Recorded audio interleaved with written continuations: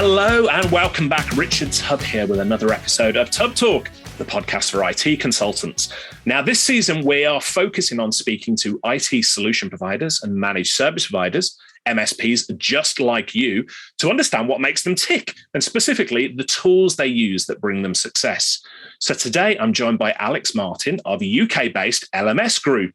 Following a degree in cybersecurity and forensic computing, Alex joined LMS Group, who are an award-winning MSP on the south coast of England. Alex is a cybersecurity analyst, and he thrives most while working with his clients to ensure their infrastructure is secure and robust by identifying threats and mitigating security risks. Alex, welcome to Tubb Talk. Richard, thank you so much for having me. It's a pleasure. Where do you join us from today? I'm in the office today, so Chichester-based. Excellent. And I guess before we dive in, help us understand a little bit more about LMS Group. How many people are in your team, for instance? So at the moment, we're 20 strong, and we're still recruiting for some additional resources on the technical team. Wow. So, yeah. What type of clients do you typically work with? To be honest, we have so many different clients. It's kind of difficult to narrow it down. But, we have clients from care homes to retail to construction to PR, basically anybody with a computer and some data that needs protecting. That's kind of where we are. We tend to have more clients on the South Coast, so fairly local to us.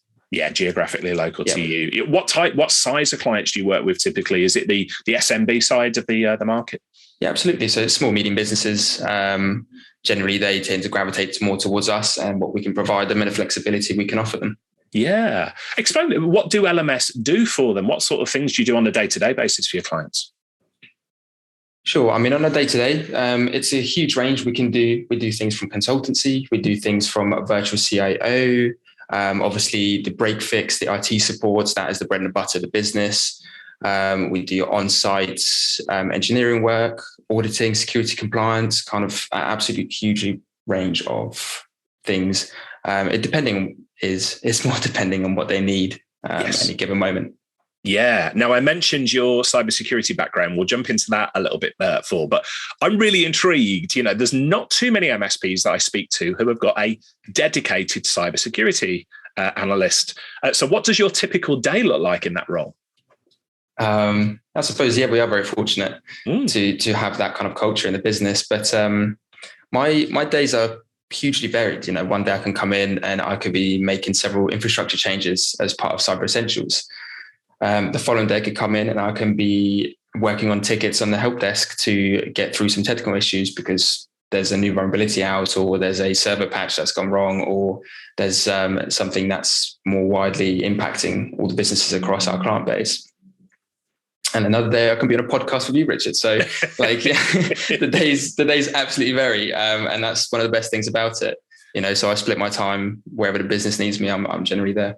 Yeah, I speak to so many people who work within MSP businesses, and they cite the variety as one of their favorite parts of the job. It's brilliant. And being a former MSP myself, I can tell you it's a double-edged sword. There's some days it's like, I would love a nice, easy job in corporate IT, looking after one set of customers. And then there's other days it's like, that'd be boring. I much prefer working with many different clients. Exactly. I'm intrigued as well, on a personal level, what led you to work within the managed service provider industry? Because you've got a background working within IT departments as well, haven't you? Yeah, definitely. So that is a very good question. I think, I actually started out in IT as an apprentice, and I worked for an MSP. I think that was my first or second job during my apprenticeship. It was quite some time ago now, but yeah. So it was just a variety that was really interesting. I mean, I went on to work in corporate IT after, and it was great. And you did still learn a lot, but you're just a small cog in a giant wheel, and you're kind of doing the same things every day. Well, it's easy. You leave it at the door, but I don't think you learn as much. You definitely don't get to progress in the same way, in terms of your own knowledge and your professional development. So, working in MSP, I'm exposed to so many different things and so many different parts of the business and so many other industries that we're supporting, and all these different things to learn. And to me, that's a huge advantage of being involved with an MSP. Yeah. And I think there's a lesson there for any MSPs listening. When you're looking to recruit, as virtually everybody is at the moment, I would say accentuate, highlight the variety within the business, because it is attractive to people like yourself, isn't it? Yeah, definitely. I'd say so. Yeah. So your background, or one of the roles that you previously had, was an incident manager, right? Is that correct? So it's an incident management analyst, but Right. it's kind of I suppose it's similar, but at a slightly lower level. But yeah, so that was quite an interesting role, to be honest. Yeah. What did you learn from incident management that has served you well at LMS Group? I would probably say being concise and being able to relate non-technical information to high-level stakeholders, because often, as the case may be, as a technical person, I'm sure, or if you've previously obviously done a lot of technical work, and you obviously know that it's really important to be able to translate technical information in a non-technical way so that anybody can understand it, because that way you can hammer the points home. And if the client doesn't understand what you're talking about and they're just nodding, then that's a very, very slippery slope. Yeah, I know that feeling well. Looking at clients over the years, I've learned to speak a little less tech and a bit more plain English and business is probably Exactly. the best way. Speaking of which, I know your CEO, Luke Mead. I know him a little bit. Let's put you on the spot here. What's Luke like to work for? Luke, actually, you know what? As CEOs go, I think Luke's great. I always get to see him. He's always in the office. He's always around. He's quite hands-on. He's quite decisive, encourages growth within the business, which to me is a huge, huge part. I like to feel like I'm moving forward, like I'm progressing, and I like to feel like I'm in a business that's trying to do the same. And that's, I think, why LMS and I fit in so well together. But I think of like the three leadership types, he has definitely got a pretty good blend of all three. And, when it's appropriate, it's definitely worked out really well so far in the 2 odd years that I've been there. So, I'll definitely give Luke a big thumbs up. Well, it's just as well, because I've got a feeling he might hear this at some point. So yeah. Let's dive a little bit deeper then.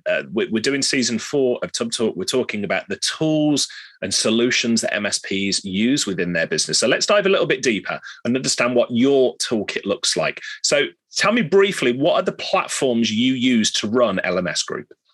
Wow. There are a lot of things, but so we are generally ConnectWise managed based. So that's our PSA. For our RMM, we use Automate, and for remote access control, we use ConnectWise Control. So we are very heavily invested in ConnectWise, and to be honest, that works really well for us. Yeah. What about the other tools that you use within the business? So you're a ConnectWise sort of shop for the business operating system. Are there other tools that you use specifically, like cybersecurity wise? Yeah. So I mean, with cybersecurity, obviously we are pretty much Microsoft 365 based and stuff like that. So it's everything that comes with that. Cisco Meraki, stuff like that. We're working on a few products in the future. There's a product that we, in the last 6 months, have, or platform, should I say, in the last 6 months have integrated into our stack. And that was usecure. So basically what usecure is a security awareness training phishing platform that also incorporates some policy management. So it's kind of a automated one-stop shop for testing the human risk that I suppose you would have at an organizational level. Yeah, I've heard so many good things about usecure. Amanda Stewart of Innovator, Scottish MSP, was on the podcast a few weeks ago, and she was absolutely raving about the platform. Share us a little bit more. What drew you to usecure? How do you use it within your business on a day-to-day basis? So internally for us, we actually use it as a product. So it's part of our induction process as well for new starters. So we have a bunch of courses that we've selected. So generally there'll be beginner if you work in the finance side of the business for us, or if you're on a technical desk, you have slightly more difficult courses that you have to complete. And you have a period of time you have to complete them, and they're all entirely automated. So the best thing is whoever manages the usecure platform only does the setup once, and that's blanket done for absolutely everyone. Yeah. And that is so powerful, because from other security awareness training platforms that I've tested and I've tried in the past, they're all very manual, and you have to always have a period of revising them or adding more courses when they do get added. Whereas usecure is completely autonomous, and that is fantastic about it. It saves us a huge amount of time, and it works really, really well because the courses are added automatically, the billing is done automatically, the users are added automatically. We basically managed to make this platform work for us in a set and forget sense. And I think with stuff like security awareness training, it can be quite difficult to implement, and you start losing the value it has once you start having to add lots of admin time over the top of it. And we managed to implement that in a way that is autonomous, which is fantastic. So initially, when you start out with usecure, you will have a gap analysis, and that creates a spider diagram. That spider diagram is then used to create personalized automated training based on each individual's results, which is really individually valuable as well. So on top of the training, there is the phishing side of things. So you can also set up autonomous phishing, where you would have a period of 8 weeks, 6 weeks, however long you decide to set it. And, you can set up a bunch of templates you can pre-select, or you can select categories. So whenever new templates get added to the platform, they go straight into a category. That category gets automatically added and selected. So, you can literally do all of this with maybe 1 review a year, 2 reviews a year of the actual platform itself, which is incredibly hands-off in terms of the amount of actual work that would go into setting up something like this, usually at an enterprise. So, from an external point of view for our clients, usecure is definitely something that has helped show them how much risk there is to their business, especially as we're able to put them on a phishing simulation just off the bat and just say, look, we're going to do this for you free of charge so that you can see exactly what the risks are to your business. And, we'd show them results after a period of 2 weeks or perhaps longer, depending on what the timescales are like. Yeah. And, those risks often come back as somebody's clicked a phishing email, or they've actually gone a step further. They've gone to the landing page and have typed in their credentials, and then now those credentials potentially would be on the dark web or would be with an attacker. So it's very risky, I think, for a business to underestimate that users actually don't pose a risk, because they do. They always do. And it's the same for our business. We're all technical, as you know, and I think we all definitely have the same attitude, or have had the same attitude of, I work in IT, I know what I'm doing. But in reality is, you're in the middle of a lot of things. You're also heavily relying on technology to do its part, like phishing filters and spam filters. But things get through. And, sometimes you don't expect that. And sometimes it'll be the perfect storm, and you click on a phishing email and you just won't be thinking, it happens. Yeah. So, identifying that risk and then mitigating that through training and through personalized training that is engaging, is local, is really, really valuable. So, the content, I suppose, of usecure is really the bread and butter, because it's UK-based. It feels like it's accurate. As somebody who does the courses themselves as well, I can absolutely vouch to say that they're interesting. They have a good level of understanding. So it doesn't have to be high level information that everybody can understand. It can also be slightly more technical things as you get to a higher level inside the training. So it's definitely a platform that I'm a big fan of, and I think internally everybody has adopted it quite widely too. So yeah, big praise for usecure from our end.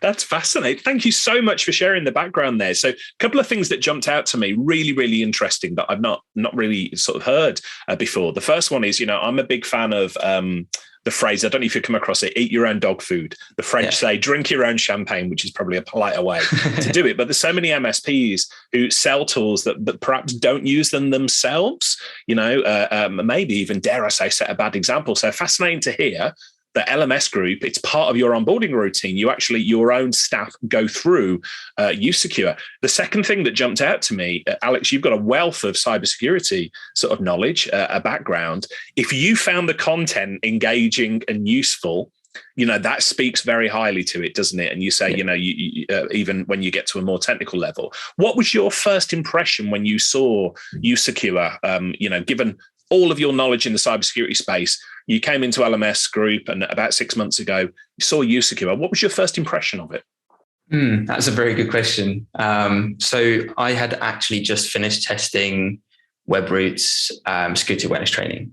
And when I started using usecure, I wanted not to like it. I'll be honest. I wanted really not to like it because it didn't, like, from externally looking at it, it didn't make sense why I was testing it. I hadn't really heard of it, but yeah, I wanted to really not like it. But the more I started using it and the more I actually got involved in setting it up and kind of standardizing it to the way we were going to make it work for us, the more I thought, wow, this is actually really good. It's really straightforward. The support was also fantastic.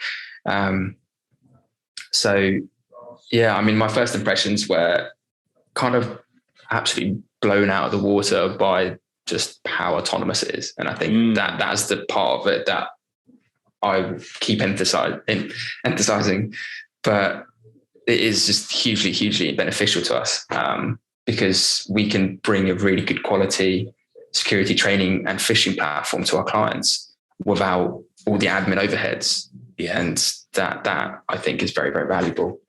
Yeah, I'm really interested as well. You're, clearly a people person, love chatting. When you speak to one of your clients who has been caught out, perhaps that's not the right language I should use, who has clicked through on one of the phishing campaigns, so the white hat stuff that you put through there, talk us through their typical reaction and how you handle that situation with a client.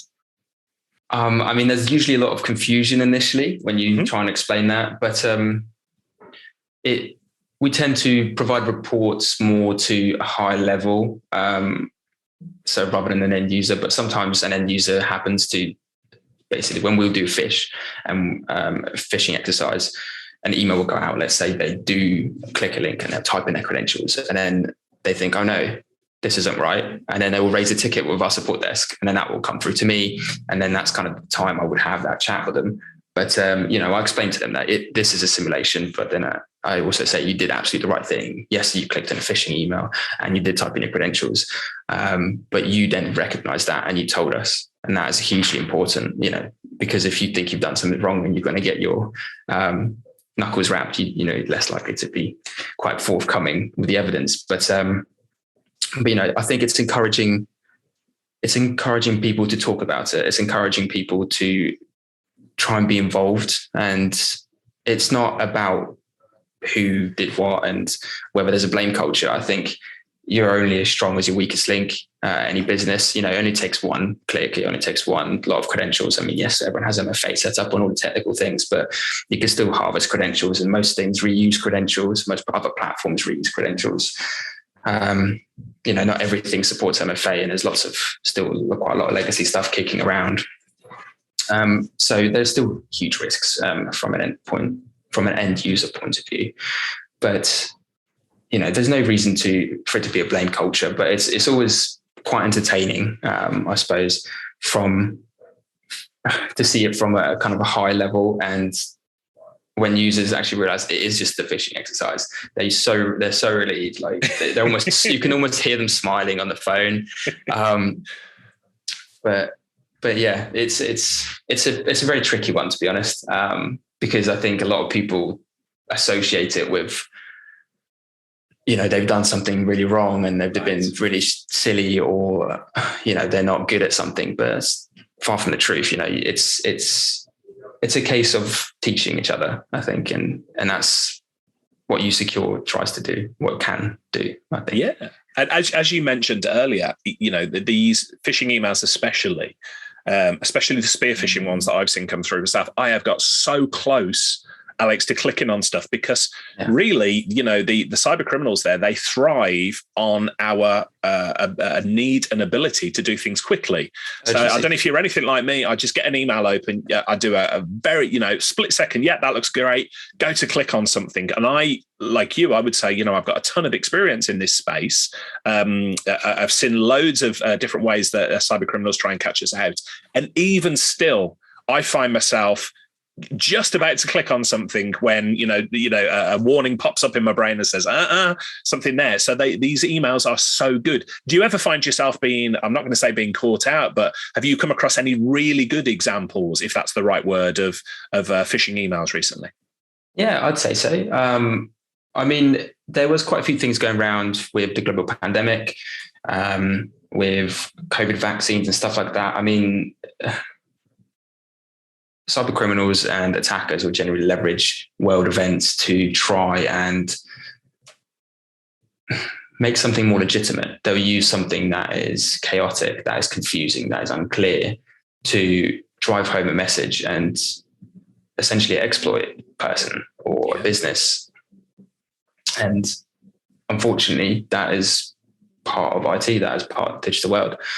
And, I suppose without them, some people like me wouldn't have a job, but so in some ways, I suppose it's okay, but it's really not. And we can absolutely mitigate some of that risk through platforms like usecure, that do try and make that training part and that risk analysis part as simple and as quick as possible, because it can be quite a dry thing.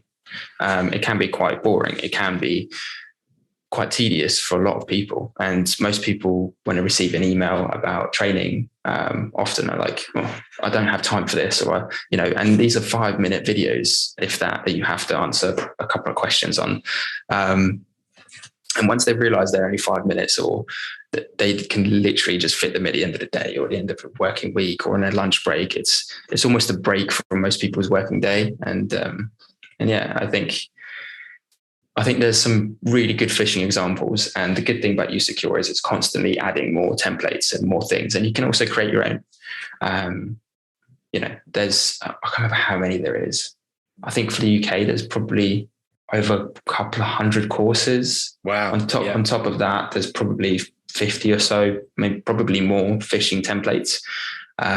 There's some really good ones, actually. There's a spear phishing one about a holiday allowance change. And, you can send that at the end of the year or the end of the fiscal year or whenever your holiday year kind of resets. And, you can clearly see it's from a phishing address. It's obviously not something anyone will be expecting. But it also has a landing page. The language is fairly good. So it's quite a sophisticated spear phishing email.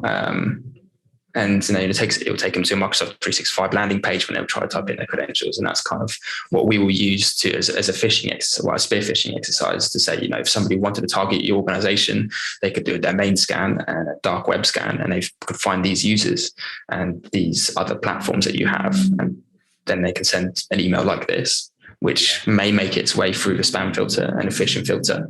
And once it reaches the end user, it's got this chance of impacting the business in a critical, potentially negative way.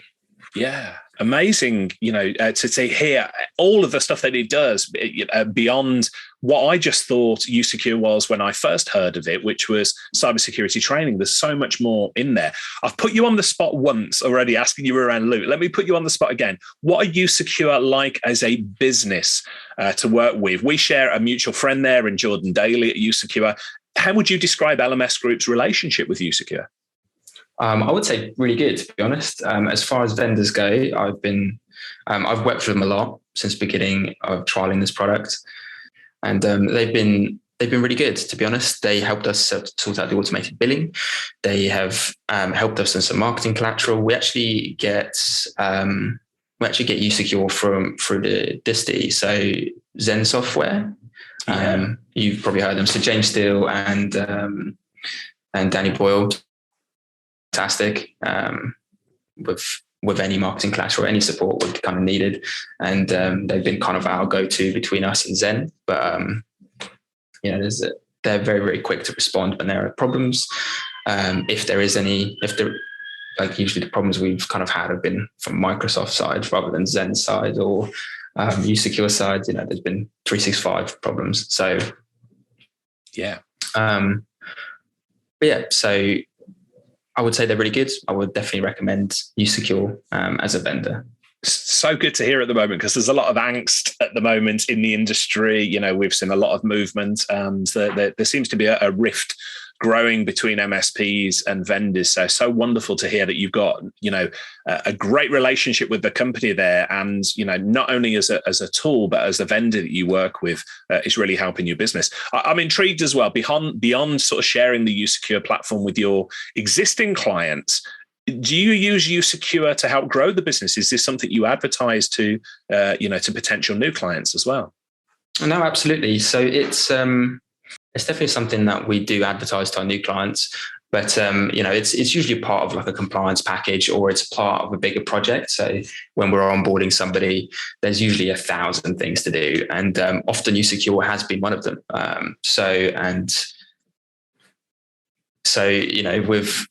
With adding usecure onto a compliance package, for example, it's becoming more and more of a norm to need security training and user technical training to be compliant to various frameworks. So it's kind of coming more and more to the forefront, I think, for us, and it allows us to also show them their risks, because I doubt anybody in the past would have been just randomly setting them up on a phishing exercise and then just going, right, we're going to do a free phishing exercise just to show you exactly what human risks are, and then just give it to them. And then if they want to take it on, they can take it on. If they don't have to. There are different ways of marketing usecure, and the marketing team have been fantastic in giving us collateral for it. But it depends what works for your MSP, I suppose. But it's definitely something that's always there at the front for any new clients. But we've also done the same sort of thing for our existing clients. So anybody who perhaps we think is going to be at higher risk, we would put them straight on to a 2-week trial, and we would do a phishing campaign with them, and we'd deliver the risks to them, and then say, look, we can put you on a 2-week trial for the training. If you like it, fantastic. This is how much. And if you don't, then there's no obligation. At least you know these risks exist. Yeah, that's very interesting. So you not only use it as a sort of with your existing clients, but as a marketing tool as well for obtaining new business. Interesting. Something I wanted to ask you about, not just about usecure, but all of the tools in your business as well. What would you say is the most challenging thing about being involved in cybersecurity at an MSP? Probably the variety of clients is the best thing, and I'd say it's also one of the most challenging things. Yeah. It's fantastic because there is so much to learn. There's so much variety, but at the same time, when it gets busy, there's a lot to know very, very quickly. And there's a lot of differences, and everybody's got a slightly different thing that they need, thing that they want. Their industry requires different frameworks and different needs and standards. So I'd say definitely the variety of clients, that is definitely a tricky part of working in cybersecurity for an MSP. Yeah. What would you say is the favorite thing? I think, you mentioned earlier on, people almost feel relieved when they realize they've been caught out by a test as opposed to the real thing. What would be your favorite thing? Is it helping people? That'd absolutely be up there. It's hugely important to me for us to have a good customer service and to have a very good client relationship, because everything just works so much better when you do. But I suppose from a business development point of view, both for ourselves and our clients, is their flexibility to adopt something new. In the last 2 years, we've obviously had COVID-19, and with that, every business pretty much had to change the way they work with remote working and the security practices that are in place. And pretty much everything was different for everybody. And the way people adopted to that very quickly was fantastic. And I think we're still seeing the ripples of that. People are still investing in remote working, and they're now trying to harden more, security harden their existing infrastructure to a point where they basically kind of know exactly what's going on and what they need to do for the future to carry on this level of business, see what's going to work for them. Yeah. Security hardening is fantastic as well. Not only for our clients, but also for us, because, we are improving their security and making sure things are more difficult to break into. We're buying ourselves time in case of an incident, but we're also finding holes, and we're finding things that we can fix and resolve because vulnerabilities are always coming. So the other thing, I suppose, is that our clients are always also looking at the next best thing. So they're looking for a newer product, something that perhaps is more secure, is more efficient, is more effective for their business needs. So it's definitely their flexibility in adopting something. And I suppose you're going to get that more with small, medium businesses than you large enterprises. But yeah, that's probably my favorite thing about handling cybersecurity for small businesses. Yeah, such a fast-moving industry, isn't it? As we've mentioned more than once during this conversation, it's a double-edged sword. That can be really exciting, and other times it's like, whoa, slow down. I just need to catch my breath here. But it's something that I touched on earlier. Your role as a cybersecurity analyst at LMS Group is fairly unusual. I think it will be something that becomes, normal for MSPs, not just in the UK, but across the world, having somebody in a role similar to yourself. But for those MSPs who don't have the resources to create a dedicated cybersecurity role as you've got at LMS, let me ask you, have you, as a business, ever considered working with partnership with another MSP to deliver services such as cybersecurity? That's not really going to be something I can answer for the business. However, being part of the MSP community, I think is incredibly valuable. And I mean, I suppose what you're saying is in a partnership role, what could we bring? Well, we could absolutely bring the cybersecurity culture. And I think maybe a cybersecurity culture is more important than a dedicated cybersecurity analyst or a person. Right. I don't think the fact that I have a degree in cybersecurity makes me any better at my job than potentially somebody who doesn't. It doesn't matter about your background. It's a problem solving, and it's the culture. I think it's in the business. I think a few people in an MSP that are more conscious about security can potentially do more work than I can on my own. I don't think you need a specific cybersecurity role as such for an individual or maybe a small group, unless you need it for specific things like SIEM monitoring and stuff like that. But I think as a culture, I think it's definitely much more about the culture. And that's something that's been an underlying problem, I think, for a lot of businesses, is trying to build that awareness and that kind of cybersecurity culture within any small business, medium business, because it is difficult and it is a lot of consistency that generally needs to be there for that to occur, especially long term. Yeah, that makes an awful lot of sense there. So it's the cybersecurity culture at an MSP that's going to lead to success, not necessarily throwing resources at it. I know you keep an eye on the sort of cybersecurity world as a whole. What do you see the next few years holding in store for cybersecurity?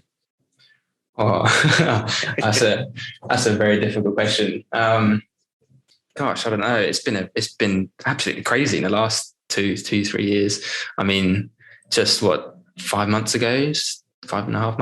I mean, we had Log4j, biggest thing in 10 years, vulnerability wise. So absolutely turned the cybersecurity world upside down for quite some time.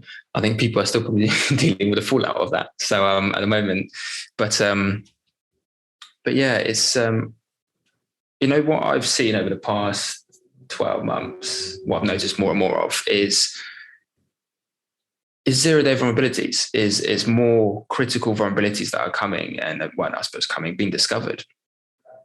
And I just anticipate there'll be more of a pattern of that happening, especially with remote working and where we're depending on different technologies much more, and we don't have the protection of being on premise all the time. It's something that I think should be taken a bit more seriously, perhaps, because Log4j was massive. But I mean, just before Log4j, a couple of months before that, we had the printer nightmare twice. So, there was privilege escalation from on-premise AD. So,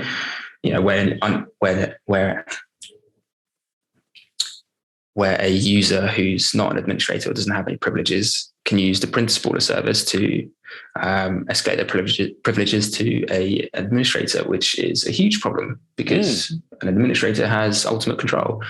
But yeah, I think it's the frequency of critical vulnerabilities that have been discovered in the past 12 months. I expect that pattern to carry on and perhaps even in rise. So here's a follow-up question to that. What advice would you give to MSPs for not only reacting, but being prepared for those zero-day vulnerabilities? What can people do now to get themselves into shape for it? Absolutely. So in terms of what MSPs can do and what MSPs should do, perhaps it can also be very different things. But, for us, for example, at the moment, we've got a patch management system and we patch everything that is like 7 and above on the CVSS rating scale. And that's fine. But when the 0 days come out, nothing prepares you for that.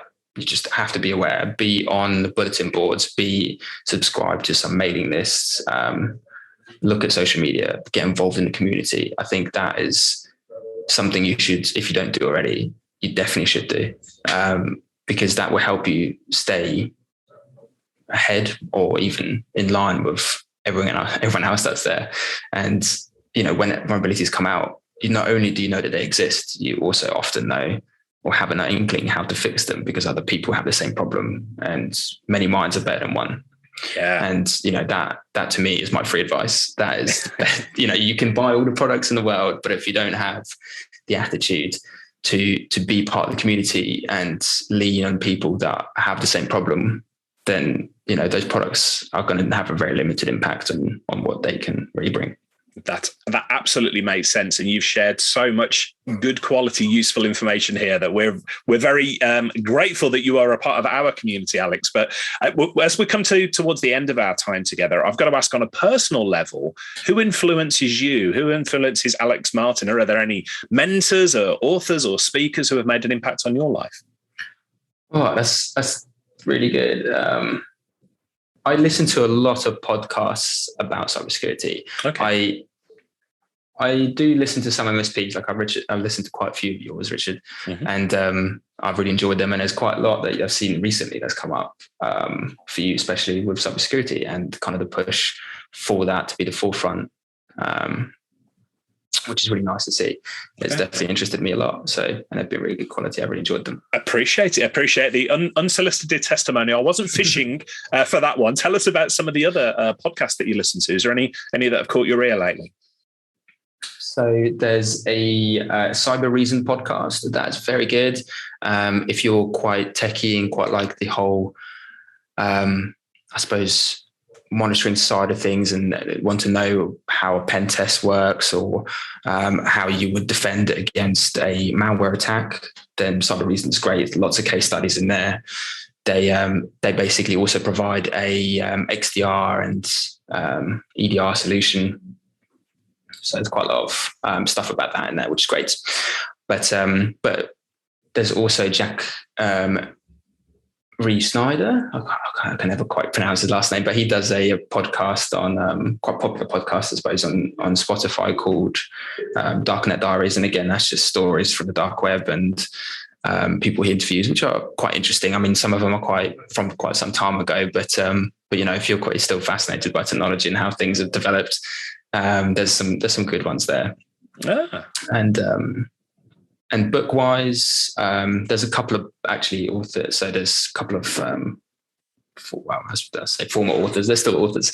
But David Sanger, he did a book on a perfect weapon, and it basically covers things from like Stuxnet way back when to the US election, to the film called The Interview with North Korea and Sony, that whole thing. So it covers like these major global cybersecurity incidents, and it's just fascinating the politics behind it and just the sheer scope of things. And I kind of like the story side of it. And that really fascinates me. So a lot of books like that I have read, and obviously there's a huge influence in Kevin Mitnick. I think every cybersecurity person would obviously know who that is. But yeah, I mean, beyond beyond those kind of guys, I'm just kind of read whatever interests me. There's not particularly anybody I tend to generally follow. Yeah. Well, I wasn't aware of some of those resources that you mentioned, so I'll check out those podcasts and books. And if you're listening to this as you're out driving or walking, don't worry. We will make sure that all of the resources that Alex has mentioned in this episode are included in the show notes, which you can find on the website tublog.co.uk. Alex, this has been absolutely fascinating, and it's been a real eye-opener for me, not only into usecure and the other tools that you use, but into the life of a cybersecurity professional. So thank you. I know there's going to be people who are going to have follow-up questions for you, who want to continue the conversation with you. So if anybody wanted to reach out to you, how best for them to find you online? You can find me on LinkedIn, if you can link it in there. Yeah, I will. We'll put that in the show notes, your LinkedIn. Yeah. That's fantastic. Yeah. So just reach out to me on LinkedIn. I'm more than happy to answer your questions. Any queries you have, any feedback, again, that'd be amazing. Thank you. Wonderful. Alex, it's been a real pleasure speaking to you today. Thanks so much for taking the time out of your day. I know cybersecurity never sleeps, so I appreciate you taking time out from the service desk to come and speak to me and share some of your wisdom. Really appreciate it. Thank you so much for having me, Richard. It's been amazing. Hey folks, Richard here. Thanks for listening today. I know you've got a ton of options for who you listen to nowadays, so I really appreciate your support. Do you have any feedback on this episode? Ideas for future guests? Tweet me at Tublog using the hashtag TubTalk. I respond to every tweet and really appreciate your feedback.